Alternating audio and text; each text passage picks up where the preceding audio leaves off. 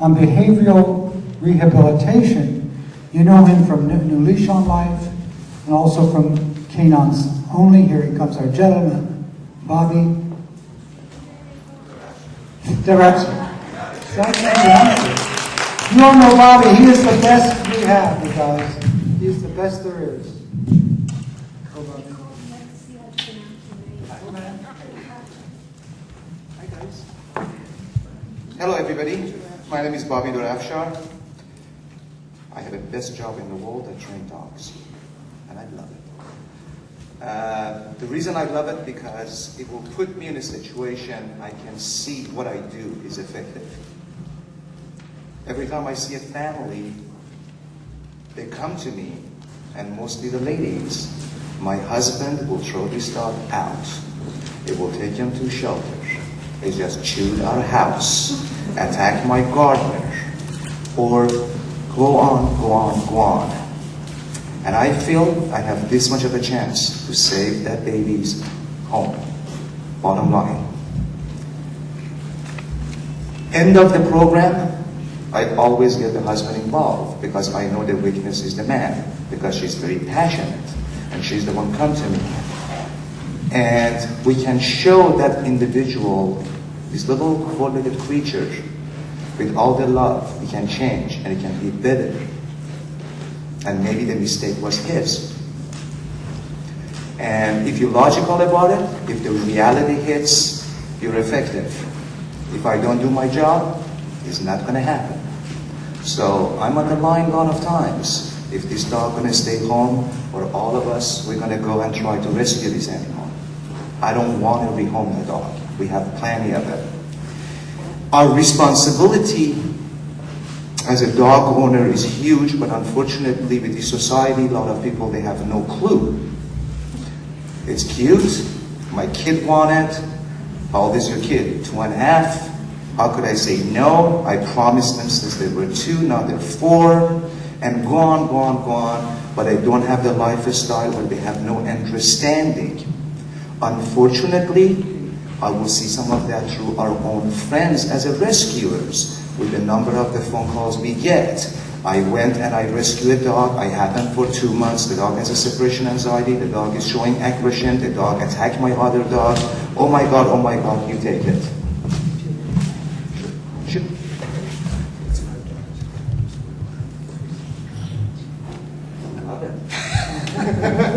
We're getting up now. They're educating me, guys. So, what we want to talk about a little bit, we want to find out how we as a rescuer, we are an individual, we can be effective. And I wish it was so many of me to be able to help every individual person. At the same time, I really cannot take every single dog. Anybody else cannot deal with it. It's not possible.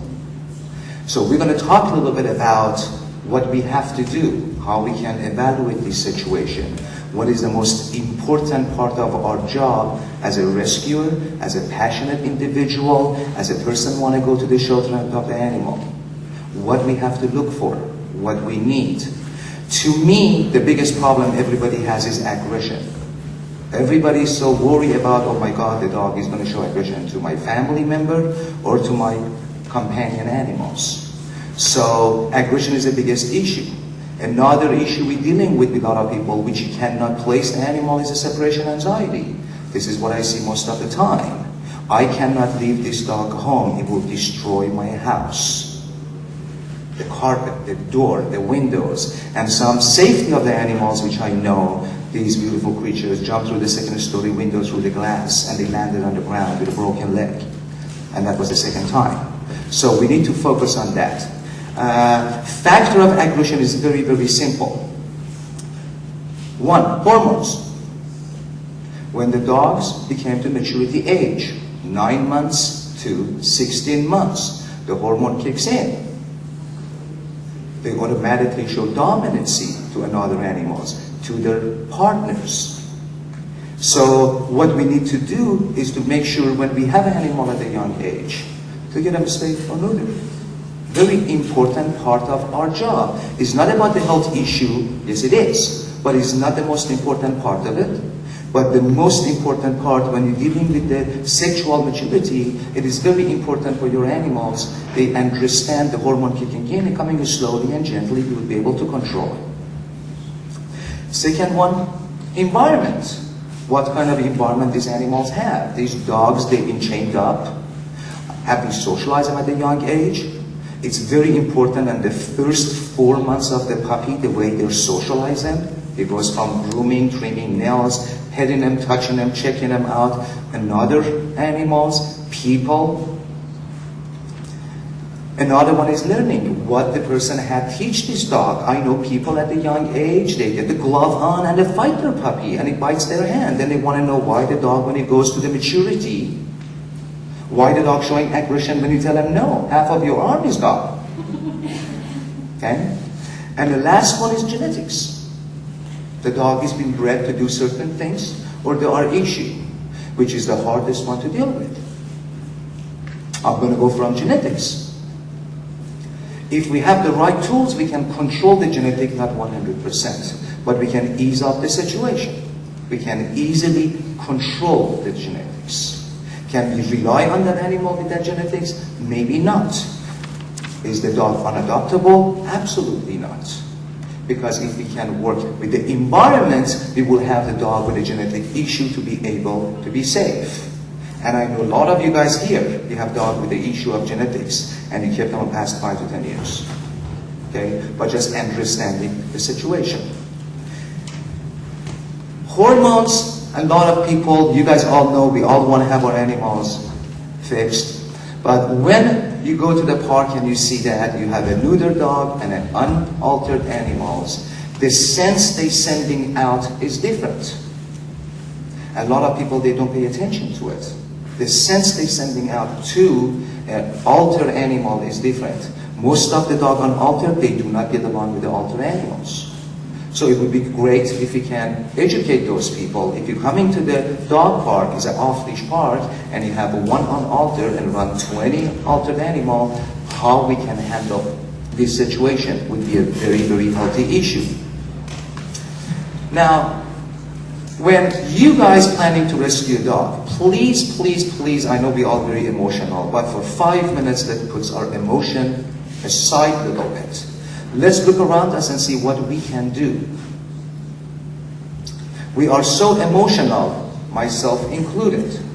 When I rescue a dog from the shelter, especially if that dog is injured, has been sick, he needs medical attention, he had a bad past, somebody abused the hell out of him, automatically I will put a lot more focus in this little baby. I baby this baby. But I got to tell you one thing.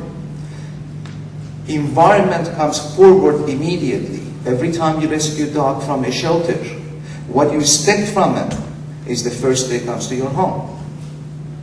So, if we go to the shelter, and when we rescue this animal needs attention, if we bring them in and we give them attention, but we give them a little bit of a space to figure things out, rather be sitting in your lap day and night, or spend the next 3 days sitting and taking care of this baby and call all the neighbors and not the friend comes over and see it.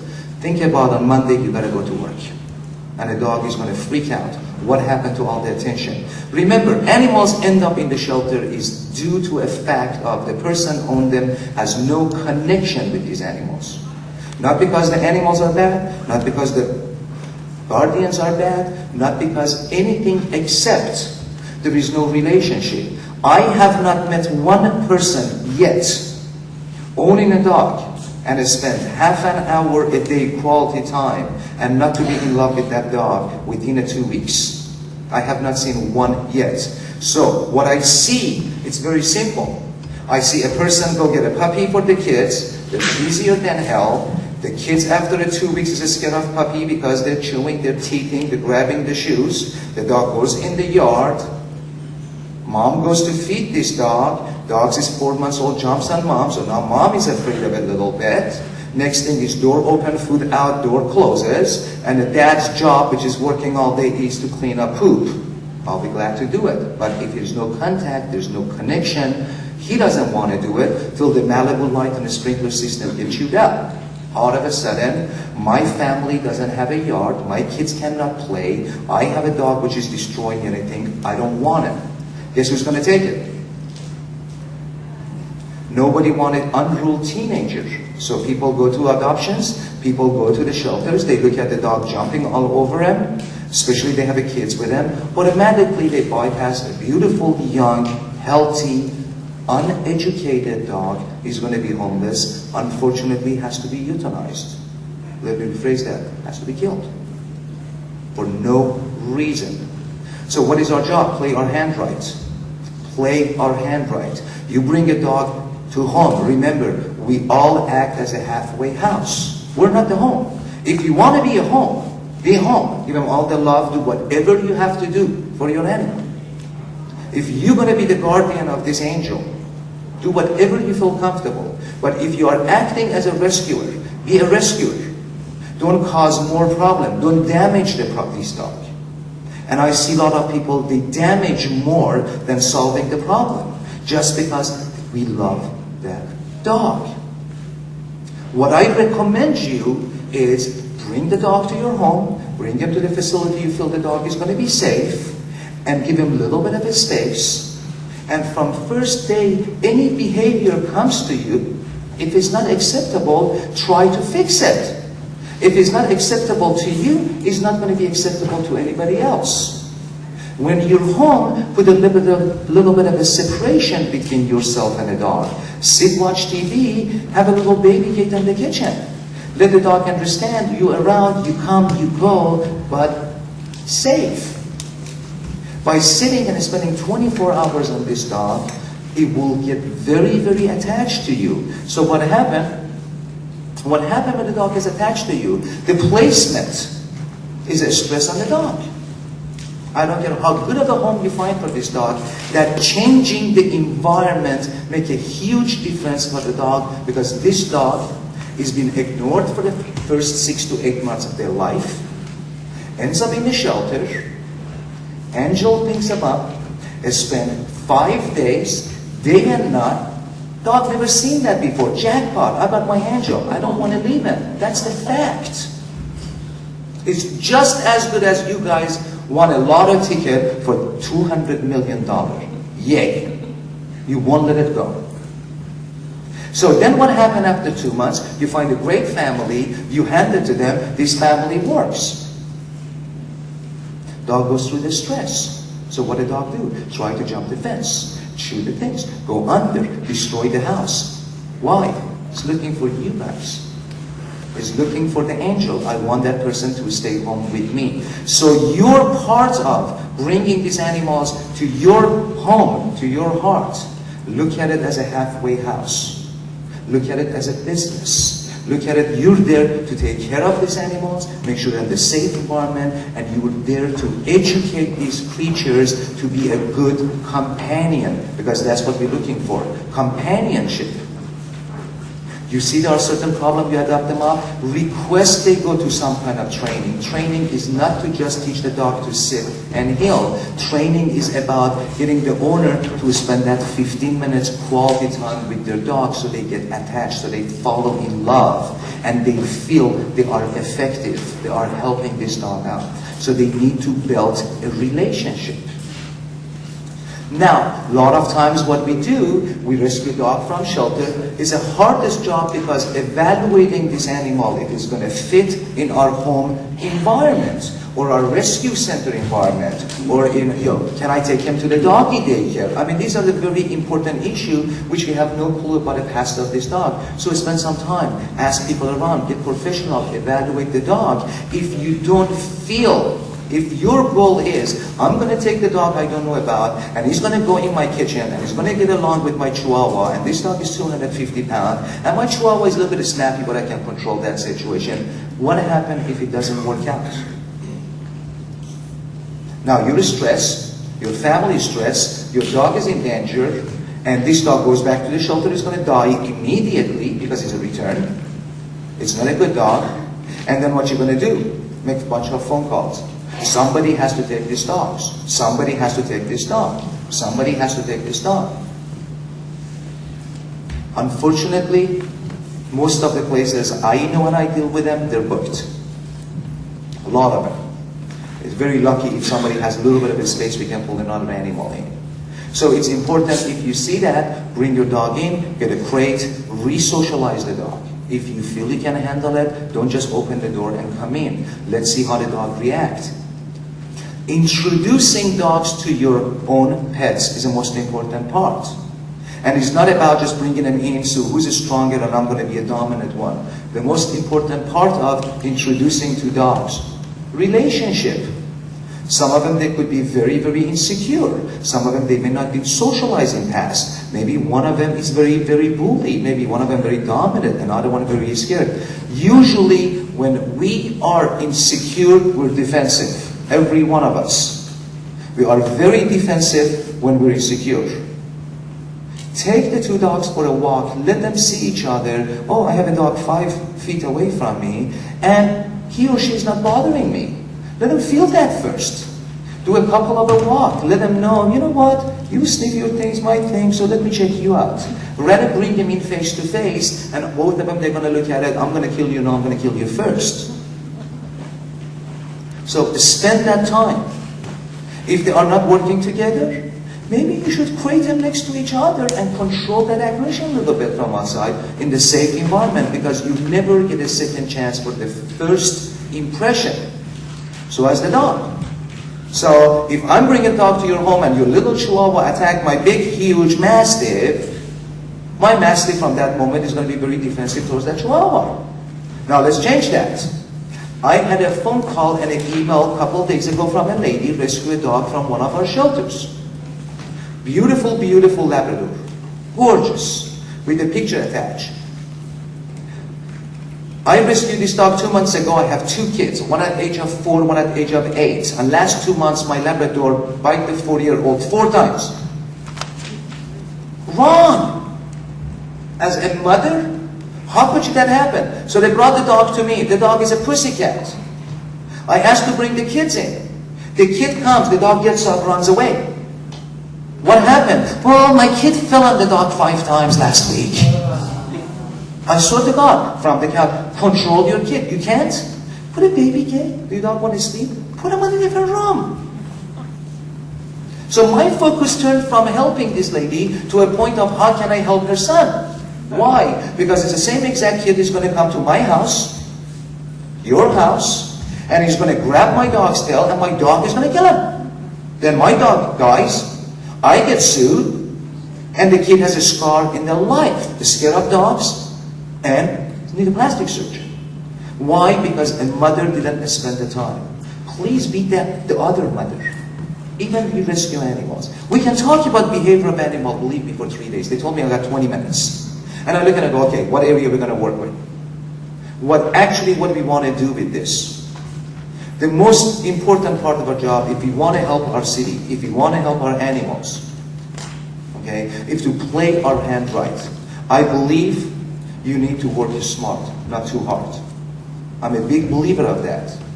Make these things happen on your advantage rather than disadvantage. Every time we rescue a dog and we fail, that animal fails. It's not about us. We have our family, we have our home, we have our car, we have our friends, we have our enemy. Everything around us stays the same. But dogs are creatures of habits. The reason dog comes to the shelter and is scared, honest to God, because that dog is only been in one environment, and that environment could be one home. So out of that home, the dog is lost, has no clue how to deal with this situation. Now, at the same time, we're talking about how we can actually assess this dog, how we can evaluate this dog. Shelter environment is almost impossible to assess. Because the dog, you look at him as a fear aggression, it could be nothing except just a fearful animal, and a different environment is going to bloom to be a great dog, and it will be your shadow. And a dog with feeling just a happy dog, you end up to be the most dominant dog you ever dealt with. Okay? So it's very hard on that environment. Why? Because number one, not enough time for a dog to relax. Number two, there is no environment for a dog to relax. A lot of people, they look at the shelter system. Shelter, again, is a halfway house for these animals. So, well, there is a dog over there, but usually okay, but this guy shows teeth. I can bother every one of you guys by the way I look at you. I can look at you differently. You will be defensive, you will be pissed off, or you may gonna like me. By just the eye contact. And believe me, dogs can do. You can have a dog laying there and teasing the dog right across, and the other dog going crazy and get euthanized because this dog is a bad dog. And another one will, yeah, get rid of you next. All right? So environment is very, very important to evaluate. You want to get a dog out of the shelter, you're not comfortable, you don't know what you're getting. You know what? Go there a couple of days, take him for a couple of minutes walk, bring him out and spend some time with him.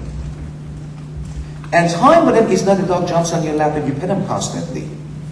Why don't you put him to a situation and see how the dog would react? Don't let him pull you. Ask him sit. Make him sit. If the dog turns on and bites your hands off, you know what? Maybe not. If you cannot handle it, then you can ask professional to help the situation if you need to. But please do not fail the dog because we make mistake. It is not the dog's fault because the same exact problem, we can solve it. We can absolutely solve that problem very easily. Dominance, easiest to solve. It is so easy to solve the dominance in the dog. It's just amazing. The one I'm having problem is actually genetics, not dominance. I have more problem with the fear aggression fixing that problem than I have problem with the dominancy. It's a lot harder to take care of a separation anxiety on the dog, which we cause. Then you can work with aggression. Why? Because your dog gets conditioned, and if you try to change that conditioning, if you try to get him out of that, the stress on their heart, it will not allow him to take a straight. So you have a dog, you leave because it's been with you for 2 weeks and it's been in bed and hugged and kissed and fillet and make food and everything is great. Then one day you have to go to a wedding and your dog look at it and go, oh my God, I'm going to die. What happened here? Okay? So from day one, not the second week, you have 2 weeks to get an unsocialized, stray dog, turn them around, and be a good companion, just need a little bit of help. There are 2 dogs touched my heart. One of them I work with right now. One of them I worked around 9 years ago. Both of these clients, people like me and you, they're working. One of them, 2 dogs came from Russia. It took a month and a half. They were doing a movie. These 2 dogs in the snow, they will come and grab the extra food around. It took them 2 months to catch these 2 strays in Russia. This woman brought them in. God bless her, Frances Brown. Unbelievable individual. She comes home, she's got 2 dogs, 2 cats. Knocks on my door. Bobby, I want to hire you. Help me out. Guess what? They lived together for a long time with the cats, with the dog. It was a battle. But we could get a stray dog. They were 4 to 5 years old. We could fix them up a little bit to a point they could coexist. Then they learn to live. Then they get adjusted and they work. And we all know coyotes get adjusted. On any environment, anywhere you go, you can see coyote. So dogs can get adjusted as well. It's just a matter of how we can focus things. Another one, I have a dog just came from India. They call him Henry. Cute dog, skin and bone, has no clue what the leash is about. Very dominant personality because it needs to fight to survive. Pussycat. It's going to go home next week. All I'm saying, you are playing the biggest role of all. Put your heart into it. You have question, call me. I can guide you through it. Don't call me when the job is done and now I have to fix it. I'm going to bring this dog home. What should I do? This is my environment. Should I do it or I shouldn't do it? I'll be glad to help you guys any way I can. There's a lot of homework we can do about these things. There are a lot of trainers will be able to help you out. I'm not saying go ahead and hire me and do anything like that. But play your hand right, because if you play your hand right, and it's nothing except common sense, nothing more than that. We're not talking about what kind of a training we have to use. No.